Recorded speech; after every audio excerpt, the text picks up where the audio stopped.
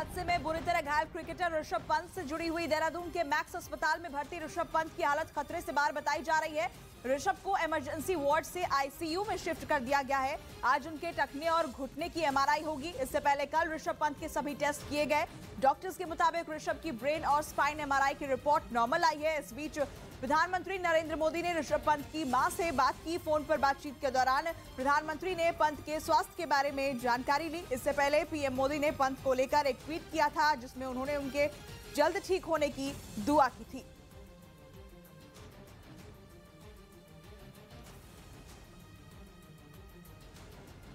सड़क हादसे में बुरी तरह घायल ऋषभ पंत की हालत पहले से बेहतर है। इस बीच घटनास्थल पर मौजूद चश्मदीद ने न्यूज 18 इंडिया से खास बातचीत की।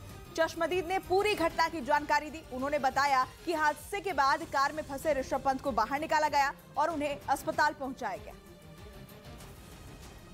ये जो पूरा मामला है, ये क्या किस समय की ये घटना है और क्या इसके बारे में जानकारी? सुबह 5 बजे की घटना है। अच्छा, क्या पता चला आपको? फिर आपने पहले आवाज़ आई जोर से, फिर उसके बाद जैसे मैं बाहर निकला तो गाड़ी में आग लगी हुई थी। अच्छा, तब तक मैं वहाँ पे पहुँचा गाड़ी के पास। एक गाड़ी और रोडवेज थी हरियाणा की, वो भी रुकी थी। 2 बंदे बाइक वाले थे, फिर काफ़ी हो गए थे। तब उन्होंने निकाल दिया गाड़ी, शीशा तोड़ के उनको। गाड़ी में उस समय आग लगी हुई थी? गाड़ी में आग लगी हुई थी। तो जो सवारी थी यानी कि जो ऋषभ पंत थे वो वहाँ पे अंदर थे, बाहर थे? उस समय अंदर थे। अच्छा, अंदर थे। वो कांच तोड़ के उनको निकाल लिया तुरंत ही। और उनका एक बैग था काफ़ी बड़ा, बैग भी निकाल लिया था उन्होंने। और भी कोई था गाड़ी में? अकेले थे। तो फिर भीड़ इकट्ठा हो गई होगी वहाँ पर? काफ़ी इकट्ठा हो गई भीड़। हमने उनसे पूछा आप कौन है, कहाँ से आए? तब उन्होंने बताया कि मैं ऋषभ पंत हूँ, मतलब क्रिकेटर। सर पे चोट थी, एक पैर में ब्लीडिंग हो रही थी। अच्छा। और थोड़ी कमर में इस साइड से जैसे छिल जाते हैं, इस तरह से उनको था। मैंने कहा क्या हुआ? तो वही बोल रहे थे कि हल्की सी मतलब नींद आने की वजह से ये सब कुछ हादसा हुआ। एक्सीडेंट के बाद क्रिकेटर ऋषभ पंत की कार में आग लग गई। ऐसे में हरियाणा रोडवेज के चालक और कंडक्टर ने पंत की जान बचाई, जिसको लेकर हर कोई ड्राइवर सुशील और कंडक्टर परमजीत की तारीफ कर रहा है। वहीं दूसरी तरफ हरियाणा सरकार ने ऐलान किया कि रोडवेज बस के ड्राइवर और कंडक्टर को सम्मानित किया जाएगा, क्योंकि जब एक्सीडेंट हुआ उस वक्त अफरा तफरी मच गई थी। तो वहीं जिस कार में ऋषभ पंत सवार थे उस कार में आग लग गई थी, जिसके बाद विंडशील्ड तोड़कर ऋषभ पंत कार से बाहर आए, लेकिन चोट ज्यादा लगने की वजह से कार के पास ही गिर गए। ऐसे में रोडवेज बस के ड्राइवर और कंडक्टर ने ऋषभ पंत को कार से दूर किया। गाड़ी की डिग्गी से आग निकलनी जैसे ही शुरू हुई, देख के हमने भाई आदमी बाहर निकला हुआ, कुछ बाहर है कुछ अंदर है। हमने दोनों ने हिम्मत करके उसको बाहर खींच लिया। बाद में परमजीत को पता चला कि जिसकी जान बचाई है वो इंडियन क्रिकेट टीम के खिलाड़ी ऋषभ पंत है। सुशील और परमजीत को हरियाणा रोडवेज की तरफ से सम्मानित किया जाएगा। ने डिटेल शेयर कर दी है और उनको मंत्री जी व सरकार की तरफ से भी सम्मानित किया जाएगा। वहीं बस के ड्राइवर और कंडक्टर की हर कोई तारीफ कर रहा है। कोरोना के खतरे के बीच दिल्ली के पास गाजियाबाद में ब्लैक और व्हाइट फंगस का एक मामला सामने आया। गाजियाबाद में एक महिला ब्लैक और व्हाइट फंगस महिला में पुष्टि हुई, जिसने कोरोना के खतरे के बीच लोगों की चिंता बढ़ा दी। गाजियाबाद में ब्लैक और व्हाइट फंगस से संक्रमित महिला की उम्र 55 साल बताई गई। महिला के सैंपल इसी हफ्ते 24 दिसंबर को जांच के लिए भेजे गए थे और 27 दिसंबर को उसकी रिपोर्ट आई थी, जिसमें महिला ब्लैक और व्हाइट दोनों फंगस से संक्रमित पाई गई। उधर उत्तर प्रदेश के चंदौली से डरा देने वाला एक वीडियो सामने आया। वहां अचानक एक ऑक्सीजन सिलेंडर में विस्फोट हो गया। घटना ऑक्सीजन सिलेंडर को पिकअप वैन से उतारते वक्त हुई, तभी अचानक उसमें धमाका हो गया। इस घटना का जो सीसीटीवी वीडियो सामने आया उसमें एक अस्पताल के सामने एक पिकअप वैन खड़ी नजर आई। सब कुछ ठीक चल रहा था, तभी उसके पास एक जोरदार धमाका हुआ।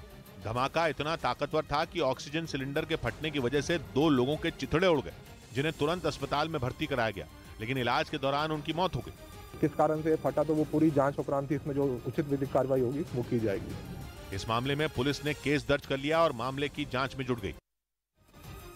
जम्मू कश्मीर के पुंछ इलाके में पाकिस्तान की नापाक साजिश को सुरक्षा बलों ने नाकाम कर दिया। इस दौरान सेना को बॉर्डर के पास से हथियारों का जखीरा मिला है, जिसमें आरडीएक्स के साथ साथ चीनी पिस्तौल और बारूद बरामद हुआ। यानी किसी बड़ी आतंकी साजिश को अंजाम देने के लिए बॉर्डर पार कर रहे थे, लेकिन सर्च ऑपरेशन के दौरान गोलीबारी की। जिस जगह से हथियार मिले वहां पर सुरक्षा बलों ने गहन चेकिंग अभियान चलाना शुरू किया। सेना के जवान पूरे इलाके में गश्त करते दिखे और एक एक झाड़ी को चेक करते रहे, क्योंकि सामान तो बरामद हुआ लेकिन अभी संदिग्ध हाथ नहीं लगे हैं। इससे पहले भी ऐसे ही पाकिस्तान अपनी नापाक हरकत को अंजाम देने की कोशिश करता रहा, लेकिन सुरक्षा बलों की मुस्तैदी ने उसे नाकाम कर दिया। श्रीलंका के खिलाफ खेली जाने वाली वनडे और T20 सीरीज के लिए टीम में नहीं चुने जाने के बाद शिखर धवन ने सोशल मीडिया पर एक पोस्ट की और अपने दिल की बात कह डाली।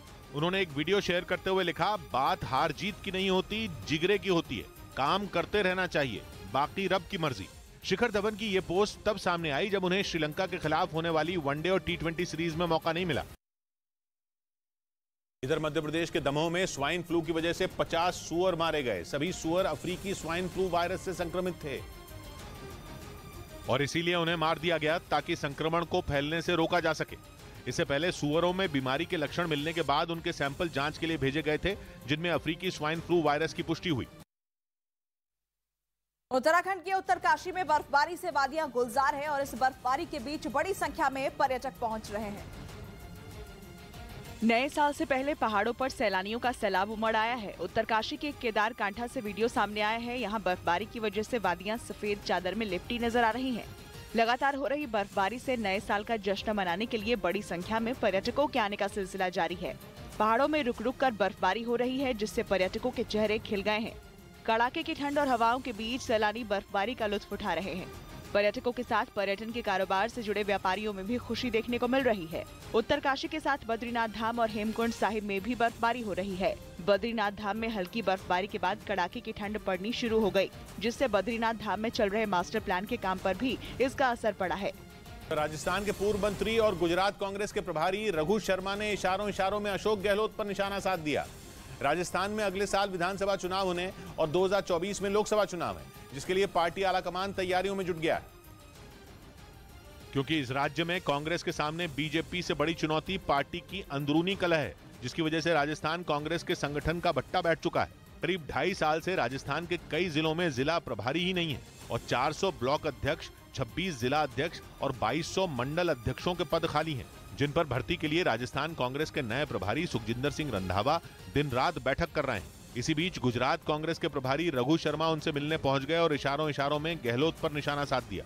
व्यक्तिगत निष्ठाओं से पार्टियां नहीं चलती। रघु शर्मा राजस्थान के चिकित्सा मंत्री थे, लेकिन गुजरात कांग्रेस का प्रभारी बनने के बाद उन्हें मंत्री पद छोड़ना पड़ा, क्योंकि पार्टी हाईकमान ने उनसे एक व्यक्ति एक पद के फॉर्मूले पर काम करने को कहा था।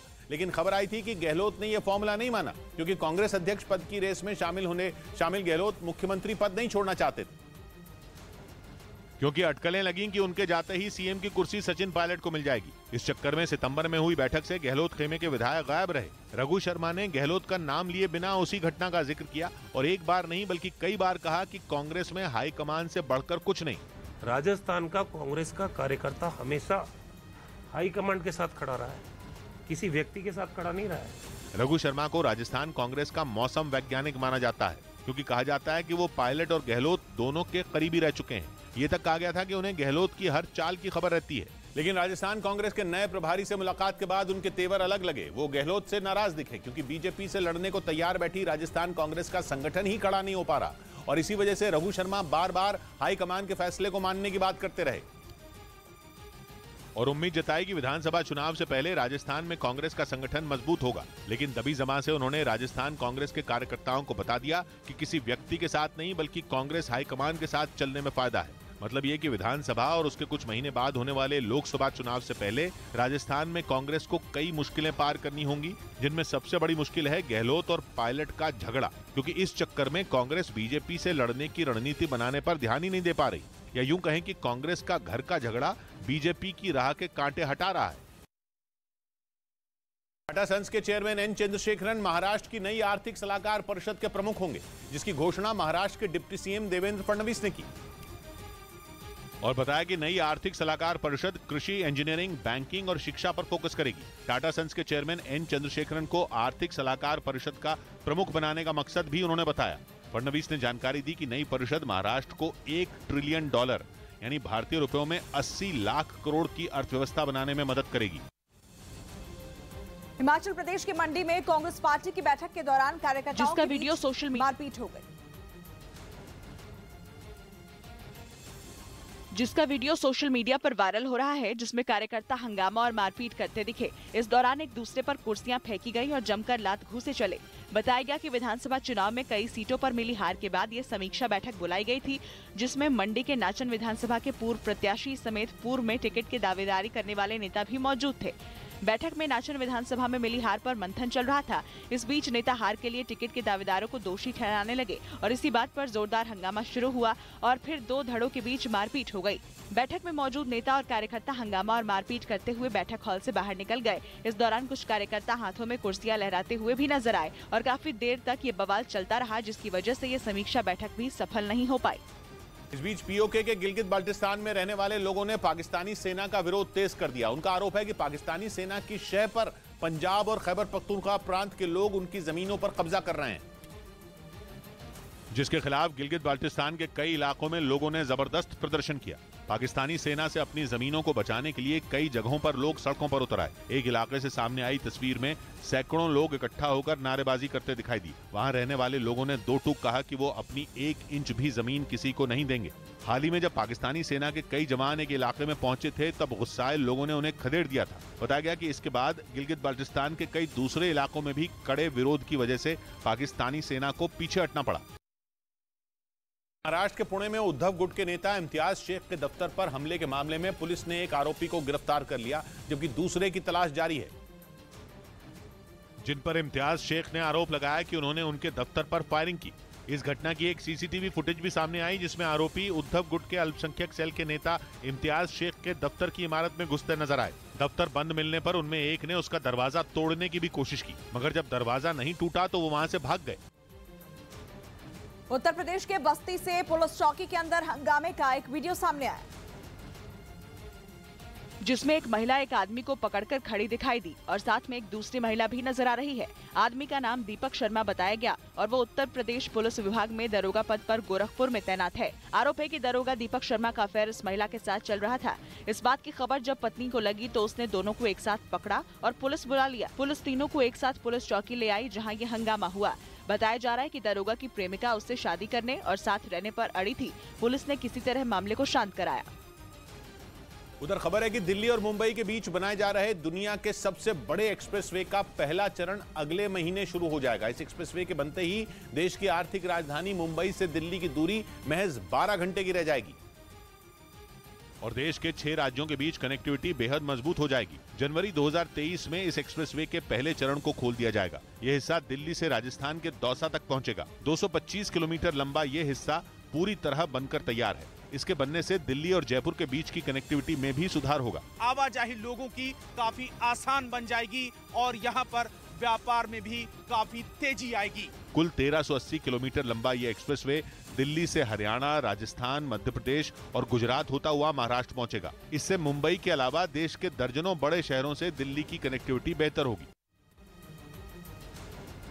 जम्मू के रामबन से भूस्खलन का डराने वाला वीडियो सामने आया है, जिसमें नेशनल हाईवे पर पहाड़ से टूटकर मलबा गिरता दिखा और देखते ही देखते धूल का गुबार छा गया। वीडियो में पहले तो पहाड़ी का एक छोटा हिस्सा धीरे धीरे टूटता नजर आया। इसके बाद कुछ सेकंड में ही पहाड़ का एक बड़ा हिस्सा रेत की तरह भरभराकर सड़क पर आ गया। नेशनल हाईवे पर पहाड़ का मलबा आने के बाद आवाजाही रुक गई। इसके बाद रात के अंधेरे में मिट्टी और पत्थर के टुकड़ों को मिट्टी हटाने वाली मशीन के जरिए सड़क से हटाया गया। बीते कुछ दिनों से रामबन इलाके में भूस्खलन की घटनाएं बढ़ गई हैं। 4 दिन पहले भी नेशनल हाईवे पर पत्थर के टुकड़े गिरने से आवाजाही बंद हो गई थी। सीरिया ने दावा किया कि उसकी सेना ने ड्रोन की मदद से आईएसआईएस के एक आतंकी को पकड़ लिया। 2 रोज पहले ही आतंकी संगठन इस्लामिक स्टेट के आतंकियों ने सीरिया के अल हज़का प्रांत में मौजूद एक जेल पर हमला कर दिया था, जिसमें 6 सुरक्षा कर्मियों की मौत हो गई थी। इसके बाद सीरिया की फौज ने आईएसआईएस के आतंकियों के खात्मे के लिए उत्तरी सीरिया में एक बड़ा ऑपरेशन लॉन्च किया और इसी ऑपरेशन के तहत एक आईएसआईएस के आतंकी को ड्रोन की मदद से पकड़ लिया गया। सीरिया ने इसका एक वीडियो भी जारी किया, जिसमें उसकी सेना की कई गाड़ियां एक इलाके से गुजरती नजर आईं। इसके बाद वीडियो में एक आदमी एक घर से निकलकर खेतों की तरफ भागता दिखाई दिया। वो भागकर खेतों के बीच मौजूद फसल के ढेरों के बीच पहुंच गया। उसे उम्मीद थी कि रात के अंधेरे में वो उन ढेरों के बीच अपने आप को छिपा लेगा, लेकिन उसकी उम्मीद पर पूरी तरह पानी फिर गया, क्योंकि वो सीरिया की सेना के जवानों की नजरों से तो बच गया, लेकिन आसमान में उड़ रहे ड्रोन ने उसका पीछा नहीं छोड़ा और फसल के ढेरों के बीच पहुंचने के बाद भी वो ड्रोन की पकड़ में आ गया। इसके बाद ड्रोन में लगी लाइट ने उसके ऊपर तेज रोशनी छोड़ दी। ड्रोन की लाइट पड़ने के बाद आईएसआईएस का आतंकी कुछ दूर चला और फिर हार कर खड़ा हो गया। उसे समझ में आ गया था कि अब भाग पाना मुमकिन नहीं है। इसके बाद आईएसआईएस के उस आतंकी को पकड़ लिया गया। सीरिया की सेना के मुताबिक उनके स्पेशल ऑपरेशन में उत्तरी सीरिया के कई इलाकों से आईएसआईएस से जुड़े लोगों को भी पकड़ा गया। तुनिशा शर्मा की मां ने शिजान खान पर आरोप लगाया कि वो उस पर धर्म परिवर्तन के लिए दबाव बनाता था। मुंबई में प्रेस कॉन्फ्रेंस के दौरान उन्होंने तुनिशा और शिजान के रिश्ते से जुड़ी और भी कई जानकारियां दी, जिनमें सबसे बड़ा आरोप उन्होंने आरोपी शिजान खान पर यह लगाया कि उसने उनकी बेटी तुनिशा शर्मा पर मुस्लिम धर्म को अपनाने का दबाव बनाया था। अपना धर्म अपनाने की उसको करता था है और शादी का वादा किया। लेकिन आरोपी शिजान के वकील ने तुनिशा की मां के सभी आरोपों को खारिज कर दिया। ये मैं नहीं मानता, क्योंकि जो अली बाबा जो शो चल रहा था उनका, उसमें जो है अगर आप देखो तो कंटिन्यूअस वो हिजाब में रहती थी। तुनिशा की मां ने यह भी आरोप लगाया कि शिजान ने एक बार तुनिशा को थप्पड़ भी मारा था, क्योंकि तुनिशा ने उसका फोन चेक किया था। ऐसे में आरोपी शिजान खान की पुलिस कस्टडी एक दिन और बढ़ गई। इधर चीन से एक और डरा देने वाला वीडियो सामने आया है, जहां एक बड़े से हॉल में हर तरफ सिर्फ और सिर्फ लाशें रखी हुई नजर आई। ये वीडियो चीन के शंघाई का बताया गया, जहां एक बड़ा सा हॉल दिखा जिसमें हर तरफ लाश ही लाश दिखाई दी। मॉर्चरी के अंदर का वीडियो रोंगटे खड़े कर देने वाला है, क्योंकि जिसको जहां जगह मिली लाश को वहीं रख दिया गया और मॉर्चरी के अंदर बनी रैक के साथ साथ जमीन पर यहाँ वहाँ हर तरफ लाशों का अंबार देखने को मिला। कोई शव स्ट्रेचर पर रखा दिखा तो कोई शव जमीन पर पड़ा हुआ था। बताया गया कि शंघाई के मॉर्चरी में एक दिन में 10,000 से ज्यादा लाशें पहुंच गई, जिससे हालात और बिगड़ गए। मॉर्चरी के रैक में जितने शवों को रखा जा सकता था रखा गया। उसके बाद पूरी मॉर्चरी लाशों से पट गई। ये वीडियो 27 दिसंबर का बताया गया। तो वहीं लगातार चीन सरकार चीन में हो रही कोरोना से मौत के आंकड़े को छिपा रहा है, लेकिन सामने आती तस्वीरें चीन में कोरोना के कहर की डरावनी सच्चाई बयां कर रही है। उधर छत्तीसगढ़ के पूर्व गृह मंत्री ननकीराम कंवर ने शराब पर एक विवादास्पद बयान दे दिया। कोरबा जिले में एक कार्यक्रम के दौरान वो शराब का समर्थन करते दिखाई दिए, जिसका वीडियो सोशल मीडिया पर वायरल हो गया। सामने आए वीडियो में वो कुछ लोगों को संबोधित करते नजर आए, लेकिन तभी उन्होंने शराब पकड़ने वाले पुलिस वालों की पिटाई की बात कह दी। इस तरह से अगर पुलिस वाले जाते हैं आदिवासी के घर में तो उनको पिटाई करते हैं। ननकीराम कंवर छत्तीसगढ़ की रामपुर विधानसभा सीट से बीजेपी के विधायक हैं। इधर जयपुर में आरएलपी सांसद हनुमान बेनीवाल के सरकारी आवास से लाखों की चोरी हो गई, जिसमें सोने चांदी के गहनों के अलावा नकदी भी शामिल है, जिस पर चोरों ने हाथ साफ कर लिया। घर के अंदर हर जगह सामान बिखरा दिखाई दिया। सांसद हनुमान बेनीवाल ने ट्वीट कर पुलिस सुरक्षा पर सवाल खड़े किए, क्योंकि उनके जिस सरकारी आवास में चोरी हुई वो थाने से महज 30 मीटर दूर है। पुलिस ने इस मामले में एफआईआर दर्ज कर जांच शुरू कर दी।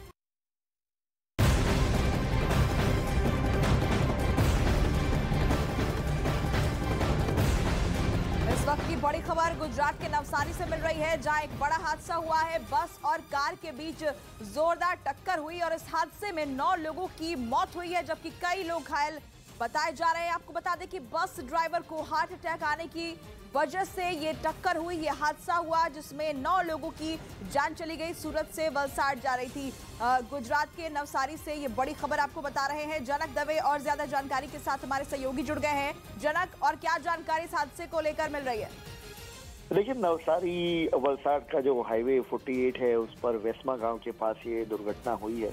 जो जानकारी आ रही है शुरुआत में ये थी कि बस के ड्राइवर को दिल का दौरा पड़ा, लेकिन जो जानकारी अभी जो अधिकारियों से बात की उसमें आई तो जो फॉर्च्यूनर जो कार है वो दमन से नवसारी की ओर आ रही थी और फॉर्च्यूनर कार के ड्राइवर ने संतुलन खोया और तेज रफ्तार कार थी तो वो डिवाइडर तोड़कर सीधी बस जो वलसाड की ओर जा रही थी उसके साथ जाकर टकराई। ऐसे में जो फॉर्च्यूनर कार में सवार 9 लोगों की मौके पर ही मौत हो गई, जबकि बस में सवार 27 लोग थे, उनको चोट आई है। कुछ लोगों को थोड़ी गंभीर चोटें भी है, तो 11 लोगों को नवसारी में और बाकी लोगों को वलसाड में। उस तरीके से 27 लोग हैं वो पूरी तरह से जख्मी हैं, उनको अस्पताल में भर्ती कराया गया है, जबकि 9 लोग जो फॉर्च्यूनर कार में सवार थे वो अंकुलेश्वर की प्रोलाइफ केमो फार्मा नाम की कंपनी के कर्मचारी हैं और सभी की मौके पर ही मौत हुई है। तेज रफ्तार कार थी और अभी 9 लोगों की मौत की पुष्टि हुई है, जबकि 27 लोग जितने लोग जख्मी हैं जिनको अस्पतालों में भर्ती कराया गया है। बिल्कुल जनक, तो ये बड़ा अपडेट सामने आया है इस हादसे को लेकर कि तेज रफ्तार की वजह से यह हादसा हुआ। कार में सवार 9 लोगों की मौत हो गई, जबकि बस में सवार 27 लोग घायल हुए हैं। और इधर तुर्की के आयजन प्रांत में बने एक रेस्टोरेंट में एक जोरदार धमाका हुआ, जिससे पूरे इलाके में अफरा तफरी मच गई। धमाका जिस रेस्टोरेंट में हुआ वो रिहायशी इलाके के बीचों बीच बना हुआ था, जिसमें धुआं निकलता दिखा। धमाका होने की जानकारी मिलते ही फायर ब्रिगेड की कई गाड़ियां मौके पर पहुंची और आग पर काबू पाया।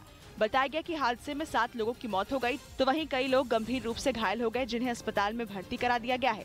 जब धमाका हुआ उस वक्त इस रेस्टोरेंट में वर्कर के साथ साथ कई ग्राहक भी मौजूद थे। अचानक से धमाका हो गया और चीख पुकार मच गई थी। वहीं अभी तक पता नहीं चल सका कि धमाका कैसे हुआ, लेकिन माना जा रहा है कि गैस रिसाव की वजह से यह हादसा हुआ। इस बीच अजरबैजान ने इजरायल में अपना पहला राजदूत नियुक्त करने का ऐलान कर दिया। अजरबैजान ने 1 महीने पहले ही इजरायल के तेल अवीव में अपना दूतावास खोलने का फैसला किया था। और अब इजरायल में अजरबैजान का पहला राजदूत नियुक्त होने वाला है, जिसे इजरायल की मुस्लिम देशों से बढ़ती करीबी का सबूत माना जा रहा है, क्योंकि यूएई भी तेल अवीव में अपना दूतावास खोल चुका है, जबकि बहरीन भी इजरायल के साथ इब्राहिम समझौता कर चुका है, जिसका मतलब ये हुआ कि दोनों देशों के बीच कूटनीतिक संबंध बेहतर होंगे। और अब एक और मुस्लिम देश इजरायल के नजदीक आ गया है। वैसे इजरायल और अजरबैजान के रिश्ते पहले से अच्छे हैं, क्योंकि इजरायल से अजरबैजान को हथियार मिलते हैं, जिनसे वो आर्मेनिया ही नहीं बल्कि ईरान से भी लड़ता है। ईरान और अजरबैजान की दुश्मनी की एक बड़ी वजह भी इजरायल है, क्योंकि मुस्लिम देश होने के बावजूद अजरबैजान की एक यहूदी देश से दोस्ती है। अजरबैजान में करीब 85% शिया मुसलमान है, और वो शिया बहुल आबादी वाला ऐसा पहला देश है जो इजरायल में अपना राजदूत नियुक्त करेगा, जो इजरायल से चिढ़ने वाले मुस्लिम देशों के लिए झटका है, क्योंकि धीरे धीरे ही सही इजरायल की दोस्ती कई मुस्लिम देशों से गहरी हो रही है। उत्तराखंड में टेहरी झील में वाटर स्पोर्ट्स कप करवाया गया, जिसमें राष्ट्रीय और अंतर्राष्ट्रीय स्तर पर प्रदर्शन कर चुके करीब 300 खिलाड़ियों ने हिस्सा लिया। और टिहरी झील में 3 दिनों तक चले इस वाटर स्पोर्ट्स कप में अलग अलग प्रतियोगिताओं में खिलाड़ियों ने अपना जौहर दिखाया। टिहरी झील में हुए वाटर स्पोर्ट्स कप का आयोजन एशियाई चैंपियनशिप और ओलंपिक्स 2022-2023 के लिए क्वालिफाइंग मुकाबला था। सुविधा नहीं मिल पा रही थी, उनके लिए यहाँ हम ट्रेनिंग भी दिलवाएंगे उनको। मुख्यमंत्री पुष्कर सिंह धामी ने टिहरी झील के पास वाटर स्पोर्ट्स ट्रेनिंग सेंटर बनाने की भी घोषणा की। हरियाणा के सोनीपत में बड़खालसा के गुरुद्वारा में कुछ लोगों ने तलवार से हमला कर दिया, जिसमें कई लोग गंभीर रूप से घायल हो गए। इस हमले का वीडियो सामने आया है, जिसमें कुछ लोग सरेआम तलवार लहराते नजर आ रहे हैं। इस दौरान हमलावरों ने तलवारों से ताबड़तोड़ वार किए। बड़खालसा गुरुद्वारे में शहीदी दिवस मनाया जा रहा था, जिसमें शामिल होने के लिए दिल्ली से भी लोग आए थे। इसी दौरान तलवार लेकर कुछ लोग वहां पहुंचे और उन पर सरेआम हमला करना शुरू कर दिया। बताया गया कि पूरा विवाद दिल्ली के आरके पुरम से शुरू हुआ था। 13 दिसंबर को सोशल मीडिया पर एक पोस्ट डाली गई थी, जिसकी वजह से कुछ लड़कों में पहले गाली गलौज हुई और फिर तलवार लेकर पहुंचे कुछ लड़के और पीड़ित पक्ष के बीच झगड़ा हो गया।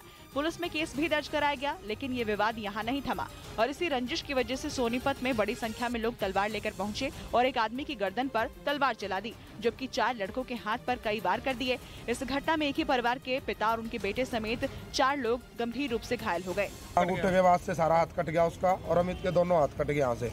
पुरानी रंजिश 13 तारीख से थी जी, बस ये जो 13 दिसंबर गया है वो भी उनकी लड़कों की गलती थी, उन्होंने गाली गलौज इंस्टाग्राम पे की। वहीं गुरुद्वारे में तलवारें चलाने की जानकारी मिलने पर पुलिस एक्शन में आ गई और मौके पर पहुंचकर जांच की। इस हमले में घायल हुए लोगों को इलाज के लिए सोनीपत के अस्पताल में भर्ती कराया गया, जबकि एक की हालत गंभीर होने पर उसे रोहतक रेफर किया गया। इधर केंद्र सरकार ने नए साल पर तोहफा देते हुए छोटी बचत योजनाओं पर ब्याज दर बढ़ा दी। ब्याज दरों में ये बढ़ोतरी जनवरी से मार्च तक की पहली तिमाही के लिए की गई, जिसके तहत सरकार ने NSC, post office term deposit और सीनियर सिटीजन सेविंग स्कीम पर मिलने वाले ब्याज की दरें बढ़ा दी। नई ब्याज दरें 1 जनवरी से लागू हो जाएंगी। हालांकि पीपीएफ यानी पब्लिक प्रोविडेंट फंड और लड़कियों के लिए लाई गई सुकन्या समृद्धि योजना की ब्याज दर में कोई बदलाव नहीं किया गया। मुंबई के पास नवी मुंबई में कस्टम्स विभाग ने करोड़ों के ड्रग्स नष्ट कर दिए। कस्टम्स विभाग के मुताबिक इस साल 140 किलो से ज्यादा ड्रग्स पकड़े गए, जिन्हें एक जगह पर इकट्ठा कर नष्ट कर दिया गया। बताया गया कि जो ड्रग्स पकड़े गए उनकी कीमत करीब 538 करोड़ रुपए है। इधर उत्तर प्रदेश के आगरा से स्टंटबाजी का वीडियो सोशल मीडिया पर तेजी से वायरल हो रहा है। वीडियो में एक लड़का चलती गाड़ी पर स्टंट करता दिखा। बताया गया कि आगरा और जयपुर हाईवे पर रील्स बनाने के लिए लड़का गाड़ी की बोनट पर बैठ गया। इस दौरान वो खड़े होकर विक्ट्री साइन दिखाता नजर आया, जबकि दूसरी गाड़ी में सवार उसका साथी वीडियो रिकॉर्ड करता रहा।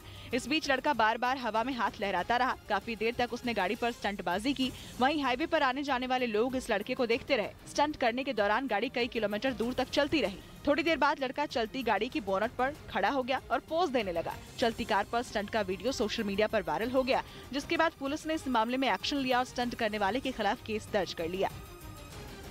इस बीच आतंकवाद के बाद पाकिस्तान अब नशे की तस्करी के लिए भी दुनिया भर में बदनाम हो रहा है। खबर है कि एशिया के अलावा कई अफ्रीकी देश भी उसका शिकार बन रहे हैं, क्योंकि पाकिस्तान ड्रग्स की तस्करी का नेटवर्क दुनिया भर में फैला रहा है। इस साजिश का पर्दाफाश पश्चिमी अफ्रीकी देश नाइजीरिया में हुआ, जब वहां की national drug law enforcement agency ने पाकिस्तान से तस्करी कर लाई गई ट्रेमाडोल की लाखों गोलियां जब्त की।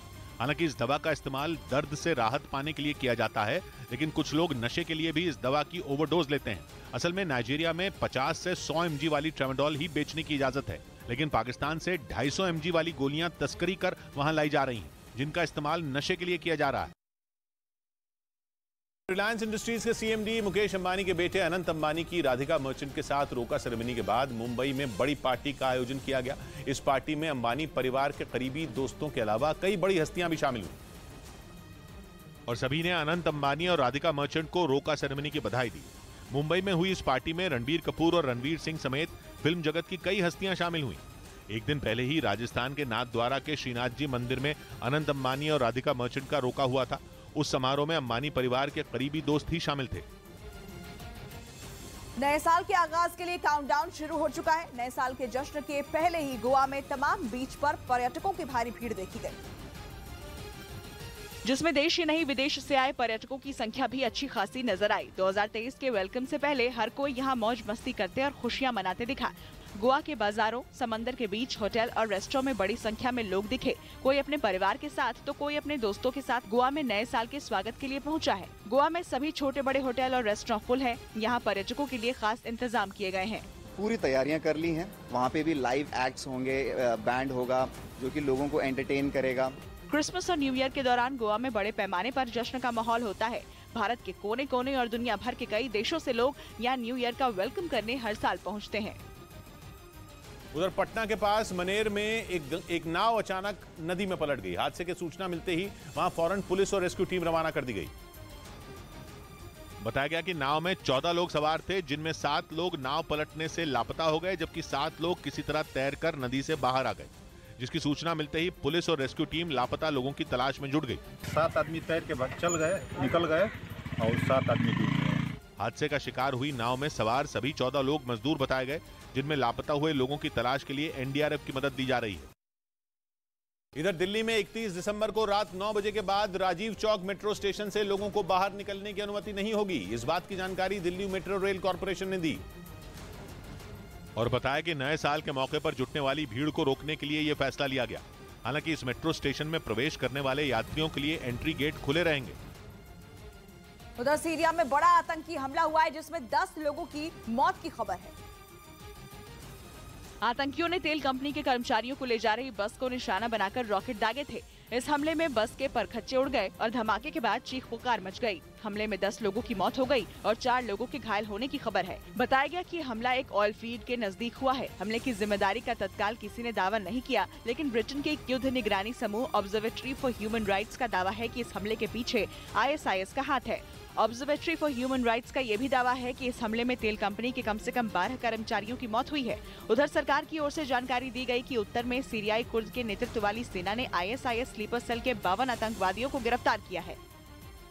प्रधानमंत्री मोदी ने बंगाल को वंदे भारत ट्रेन की बड़ी सौगात दी। उन्होंने वीडियो कॉन्फ्रेंसिंग के जरिए वंदे भारत ट्रेन को हरी झंडी दिखाई, जिसके साथ ही बंगाल को पहली और देश को 7वीं वंदे भारत ट्रेन की सौगात मिली। इस दौरान प्रधानमंत्री मोदी ने रेलवे की तुलना युवा भारत से की। भारतीय रेल भी युवा अवतार लेने जा रहा है। वंदे भारत ट्रेन के उद्घाटन कार्यक्रम में पश्चिम बंगाल की मुख्यमंत्री ममता बनर्जी और केंद्रीय रेल मंत्री अश्विनी वैष्णव समेत कई नेता मौजूद रहे। वंदे भारत ट्रेन हावड़ा को न्यू जलपाईगुड़ी से जोड़ेगी। पाकिस्तान की जेल में अफगानिस्तान के बच्चों के बंद होने की खबर से हंगामा मच गया। सोशल मीडिया पर इन दिनों एक तस्वीर वायरल हो रही है। बताया गया कि ये तस्वीर अफगानिस्तान के उन बच्चों की है जो इस वक्त पाकिस्तान की जेल में बंद हैं, जिस पर अफगानिस्तान ने पाकिस्तान की आलोचना शुरू कर दी। पाकिस्तान की तरफ से बताया गया कि पुलिस ने छापेमारी के दौरान 1200 अफगानी नागरिकों को पकड़ा जो पाकिस्तान में चोरी छिपे रह रहे थे। इन्हें सजा पूरी होने के बाद वापस अफगानिस्तान भेज दिया जाएगा।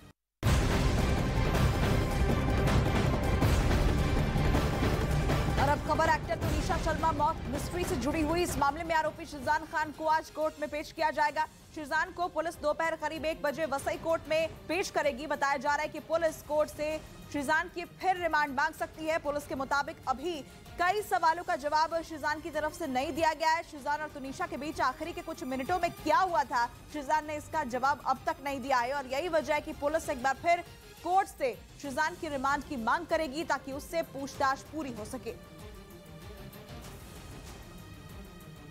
इधर दिल्ली के लक्ष्मीनगर इलाके में एक सफाई कर्मी से मारपीट का वीडियो वायरल होने पर आम आदमी पार्टी ने बीजेपी के खिलाफ हल्ला बोल दिया। आरोप है कि लक्ष्मीनगर विधानसभा सीट से बीजेपी विधायक अभय वर्मा की मौजूदगी में उनके समर्थकों ने मारपीट की, जिसका एक वीडियो भी सामने आया जिसमें कुछ लोग उस सफाई कर्मी को पीटते दिखाई दिए। जिसके बाद आम आदमी पार्टी ने बीजेपी के खिलाफ मोर्चा खोल दिया। पार्टी के विधायक कुलदीप कुमार के साथ कई कार्यकर्ता भी अभय वर्मा के घर के सामने प्रदर्शन करने पहुंच गए। उसकी लड़ाई को हम हटने नहीं देंगे, उसकी लड़ाई को लड़ने का काम आम आदमी पार्टी करेगी। इसके साथ ही प्रदर्शनकारियों ने बीजेपी विधायक के खिलाफ नारेबाजी शुरू कर दी। इस दौरान कार्यकर्ताओं के हाथों में कई पोस्टर भी दिखाई दिए जिनके जरिए उन लोगों ने बीजेपी विधायक पर कार्रवाई करने की मांग की। बताया गया कि उस इलाके में मौजूद सार्वजनिक शौचालय को खुलवाने के मुद्दे पर यह हमला हुआ। और आम आदमी पार्टी का तो यह भी आरोप है कि उस सफाई कर्मी के साथ मारपीट और गाली गलौज भी की गई। लेकिन बीजेपी विधायक अभय वर्मा ने इन आरोपों को खारिज कर दिया। पॉलिटिक्स वो लोग कर रहे हैं, वो लोग मेरे इमेज को खराब करना चाहते हैं। इसके साथ ही अभय वर्मा ने मारपीट का आरोप लगाने वाले आम आदमी पार्टी के नेताओं पर केस करने की भी बात कही। उत्तराखंड में 2 जनवरी तक 24 घंटे होटल और ढाबे खुले रहेंगे। नए साल पर पर्यटकों की सुविधा के लिए सरकार ने यह फैसला लागू किया, जिसके मुताबिक होटल के अलावा रेस्टोरेंट, ढाबे और चाय की दुकानों समेत दूसरी खाने की दुकानें भी खुली रहेंगी। राज्य में आने वाले पर्यटकों को 2 जनवरी तक 24 घंटे ये सुविधा मिलेगी। इससे पहले हिमाचल सरकार ने भी 2 जनवरी तक 24 घंटे होटल और खाने की दुकानों को खोलने का फैसला लिया था।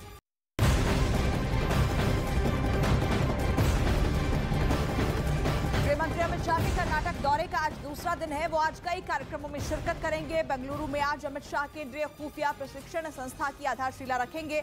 इसके साथ ही आईटीबीपी के आवासीय और गैर आवासीय परिसरों का उद्घाटन भी करेंगे। इसके बाद वो बेंगलुरु में ही एक सहकारी संघ का दौरा करेंगे। अपने दौरे के पहले दिन अमित शाह ने मांड्या में एक सभा को संबोधित करते हुए कांग्रेस और जेडीएस पर जमकर हमला बोला था। उन्होंने लोगों से राज्य में बहुमत से सरकार बनाने में बीजेपी का समर्थन करने का आग्रह किया। पंजाब के पूर्व मुख्यमंत्री चरणजीत सिंह चन्नी करोड़ों रुपए के घोटाले के आरोप में विजिलेंस के रडार पर आ गए। उनके खिलाफ राजविंदर सिंह नाम के आदमी ने विजिलेंस ब्यूरो में शिकायत की थी, जिसमें पंजाब के पूर्व सीएम चन्नी पर आरोप है कि उन्होंने थीम पार्क के उद्घाटन के खर्च में बेटे की शादी का खर्च भी जोड़ दिया, जो करीब 1.5 करोड़ था। आरोप है कि चमकौर साहब में बने थीम पार्क के टेंडर देने में भी नियमों को तोड़ा गया। चन्नी चमकौर साहब से विधायक रह चुके हैं। पाकिस्तान के गृह मंत्री राणा सनाउल्लाह ने यह दावा कर दिया कि अफगानिस्तान पाकिस्तान बॉर्डर पर आतंकी संगठन टीटीपी यानी तहरीक तालिबान पाकिस्तान के करीब 10,000 आतंकी मौजूद हैं। मतलब यह कि आतंक की फैक्ट्री चलाने वाला पाकिस्तान खुद टीटीपी से खौफ खा रहा है और उसे इस बात का डर सता रहा है कि आने वाले दिनों में टीटीपी के आतंकी पाकिस्तान के शहरों पर हमला न बोल दें। असल में टीटीपी को पाकिस्तान का तालिबान भी कहा जाता है, जिसके साथ पिछले महीने की 28 तारीख को पाकिस्तान की सरकार ने संघर्ष विराम का समझौता तोड़ दिया था, जिसके बाद से ही पाकिस्तान पर लगातार आतंकी हमले हो रहे हैं। और इसी कड़ी में पाकिस्तान के गृह मंत्री राणा सनाउल्लाह ने यह बयान दिया कि अफगानिस्तान और पाकिस्तान के बॉर्डर पर तहरीक तालिबान पाकिस्तान के 7 से 10,000 आतंकी मौजूद हैं, जो अपने आका के एक इशारे पर पाकिस्तान के शहरों में तबाही मचा सकते हैं। राणा सनाउल्लाह का डर जायज भी है, क्योंकि इसी महीने की 23 तारीख को टीटीपी के आतंकी ने इस्लामाबाद में घुसकर आत्मघाती हमला कर दिया था, जिसकी वजह से पाकिस्तान की नींद उड़ी हुई है, क्योंकि 2014 के बाद ये पहली बार है जब आतंकी इस्लामाबाद में धमाका करने में कामयाब हुए हैं। ऊपर से गृह मंत्री राणा सनाउल्लाह के इस दावे ने वहां हड़कंप मचा दिया। उनका यह भी कहना है कि टीटीपी के आतंकियों के साथ उनके परिवार के करीब 25,000 सदस्य भी वहां मौजूद हैं, जो पाकिस्तान के इलाकों में घुसकर लोगों से जबरन वसूली तक कर रहे हैं। बॉर्डर पर आतंकियों के इकट्ठा होने के लिए सनाउल्लाह ने खैबर पख्तूनख्वा प्रांत की सरकार को जिम्मेदार ठहरा दिया। उन्होंने ये भी आरोप लगाया कि राज्य सरकार की नाकामी की वजह से ही खैबर पख्तूनख्वा टीटीपी का गढ़ बना हुआ है।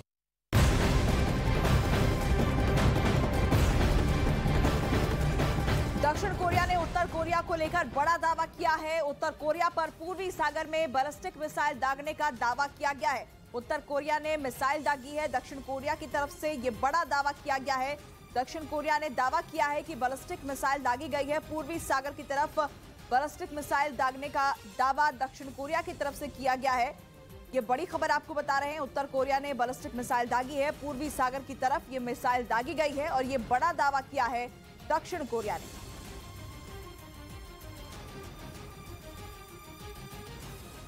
उधर खबर है कि क्रिकेट ऑस्ट्रेलिया ने भारत और पाकिस्तान के बीच टेस्ट सीरीज कराने का प्रस्ताव दिया है।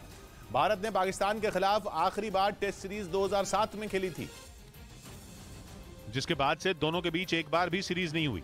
हालांकि दोनों टीमें आईसीसी टूर्नामेंट में एक दूसरे के खिलाफ कई बार भिड़ चुकी हैं। असल में T20 विश्व कप के दौरान भारत और पाकिस्तान के बीच हुए मुकाबले में भारी संख्या में दर्शक मैच देखने पहुंचे थे, जिसे देखते हुए ऑस्ट्रेलिया ने दोनों टीमों के बीच टेस्ट सीरीज कराने का प्रस्ताव रखा। इधर बीजेपी ने बिहार के प्रदेश उपाध्यक्ष राजीव रंजन को 6 साल से पार्टी के लिए सस्पेंड कर दिया। उन पर यह कार्रवाई अनुशासनहीनता के आरोप में हुई, क्योंकि प्रदेश उपाध्यक्ष राजीव रंजन कई बार पार्टी की लाइन से हटकर बयान दे चुके थे। बीजेपी के मुताबिक उन्हें कई बार ऐसा न करने की चेतावनी दी गई, लेकिन वो नहीं माने, जिसके बाद पार्टी ने उन्हें 6 साल के लिए निलंबित कर दिया। राजीव रंजन ने नीतीश कुमार के उस फैसले को भी सही ठहराया जिसमें जहरीली शराब से मौत पर मुआवजा न देने की बात कही गई थी।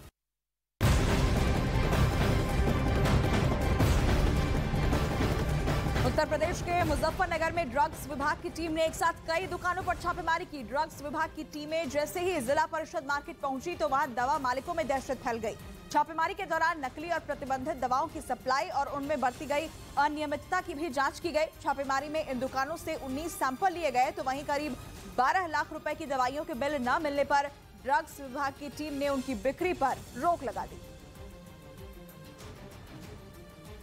उधर ताइवान के मुद्दे में दखल देने के लिए चीन ने एक बार फिर अमेरिका को आड़े हाथ लिया। हालांकि चीन के रक्षा मंत्रालय की प्रेस कॉन्फ्रेंस में सीधे सीधे अमेरिका का नाम नहीं लिया गया,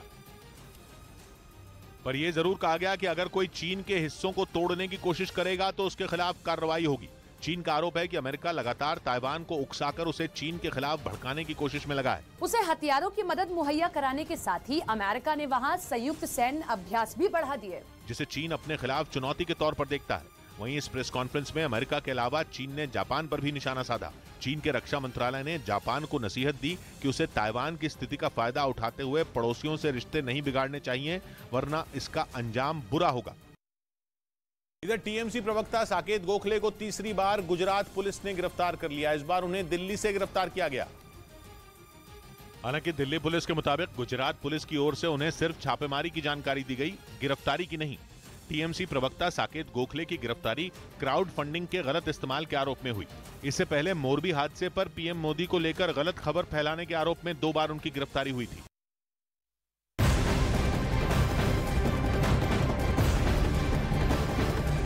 राष्ट्रपति व्लादिमीर पुतिन ने भारत के प्रधानमंत्री और राष्ट्रपति को नए साल का संदेश भेजा है, जिसमें पुतिन ने भारत के G20 और SCO के अध्यक्ष बनने पर खुशी जाहिर की है। इसके साथ ही विश्वास जताया है कि भारत के नेतृत्व में दुनिया में बहुआयामी सहयोग का निर्माण होगा और एशिया समेत पूरी दुनिया में स्थिरता आएगी। आपको बता दें कि भारत ने 1 दिसंबर को औपचारिक रूप से G20 की अध्यक्षता और 16 सितंबर को SCO यानी शंघाई सहयोग संगठन की अध्यक्षता संभाली थी। इधर बिहार के बोधगया में संदिग्ध चीनी महिला को पुलिस ने एक गेस्ट हाउस से हिरासत में ले लिया। 1 रोज पहले ही बिहार पुलिस ने उसका स्केच जारी किया था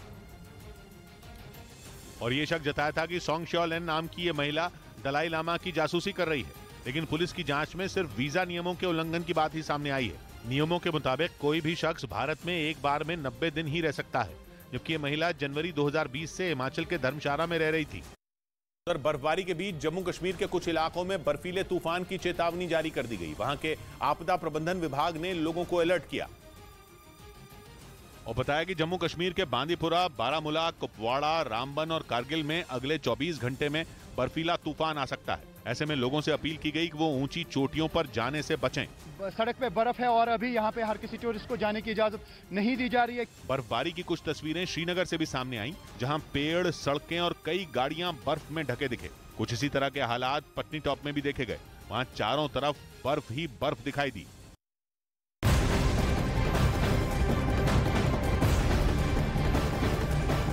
चीन में बढ़ते कोरोना मामले को लेकर WHO ने फटकार लगाई है। विश्व स्वास्थ्य संगठन के महानिदेशक टेड्रोस अधानोम ने कहा है कि चीन पारदर्शिता के साथ देश में कोविड से जुड़ी जानकारियों को लगातार दुनिया के साथ साझा करे। चीन शुरुआत से ही कोविड की सही जानकारी दुनिया से साझा नहीं कर रहा है। यही वजह है कि कुछ दिनों पहले भी WHO ने चीन से कोरोना से जुड़े आंकड़े मांगे थे और एक बार फिर से WHO ने चीन को फटकार लगाई है। चीन में कोरोना वायरस के बिगड़े हालात पूरी दुनिया के लिए एक बड़ा खतरा बनने वाले हैं। खबर है कि चीन ने पूरी दुनिया को आफत में झोंकने की तारीख भी तय कर दी। पूरी दुनिया तक कोरोना का एक्सपोर्ट करने के लिए चीन तैयारी पूरी कर चुका है। अंदेशा यह है कि 8 जनवरी 2023 को पूरी दुनिया की नजरों के सामने से चीन की साजिश का पर्दा उठ जाएगा, क्योंकि 8 जनवरी ही वो दिन होगा जब चीन की असली तस्वीर पूरी दुनिया के सामने आएगी। पिछले 2 हफ्तों से जिस देश में शवों का अंबार लगा है, उसकी पूरी हकीकत दुनिया को पता चलेगी, क्योंकि चीन के नेशनल हेल्थ कमीशन ने तय किया है कि वो कोरोना से जुड़े आंकड़े 8 जनवरी को जारी करेगा। चीन ने फैसला किया है कि वो हर दिन की बजाय अब हर महीने आंकड़े जारी किया करेगा। अगर 8 जनवरी को जारी होने वाले आंकड़ों में चीन ने सच बोल दिया तो दुनिया के पैरों तले जमीन खिसक जाएगी, क्योंकि माना जा रहा है कि वहां कोरोना से मौत का आंकड़ा 1 लाख के पार पहुंच चुका है। लेकिन दुनिया के लिए सिर्फ ये आंकड़े ही टेंशन की वजह नहीं बनेंगे, बल्कि चीन के 8 जनवरी वाले प्लान का दूसरा हिस्सा सबसे ज्यादा खतरनाक है, क्योंकि पता चला है कि 8 जनवरी से ही चीन अंतर्राष्ट्रीय यात्राओं से जुड़े सारे प्रतिबंध खत्म कर देगा। न चीन में आने पर किसी तरह की रोक होगी और न ही चीन से जाने वाले यात्रियों के लिए कोई नियम होगा।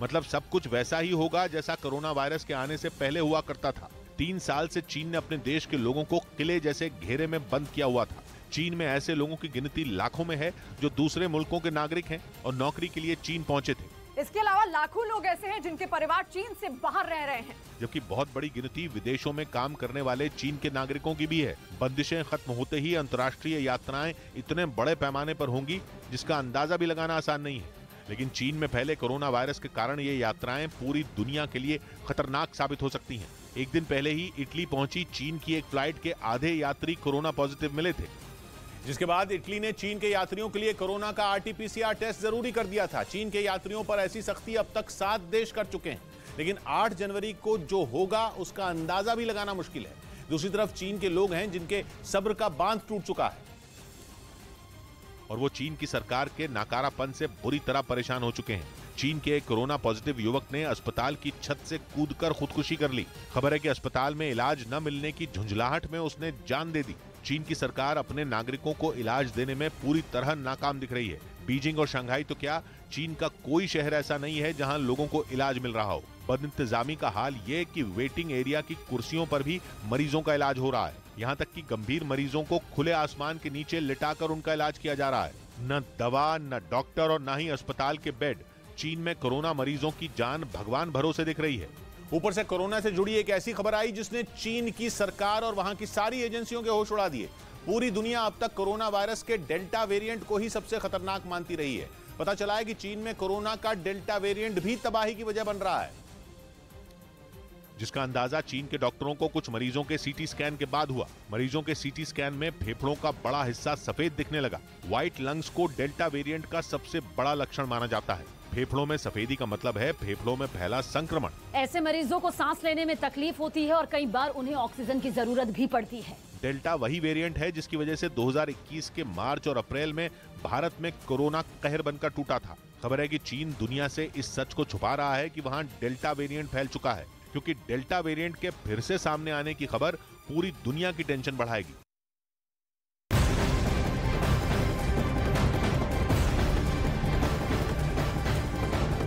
बड़ी खबर दिल्ली के प्रीत विहार इलाके से। वहां कुछ बदमाशों ने कारोबारी की गोली मारकर हत्या कर दी। बताया गया कि मोटरसाइकिल पर सवार 3 बदमाश वहां पहुंचे और उनके दफ्तर में घुसकर उन्हें गोली मारकर फरार हो गए, जिसके बाद मौके पर उनकी मौत हो गई। और घटना की जानकारी मिलते ही पुलिस वहां पहुंची और छानबीन में जुट गई। पुलिस सीसीटीवी के आधार पर आरोपियों की तलाश कर रही है।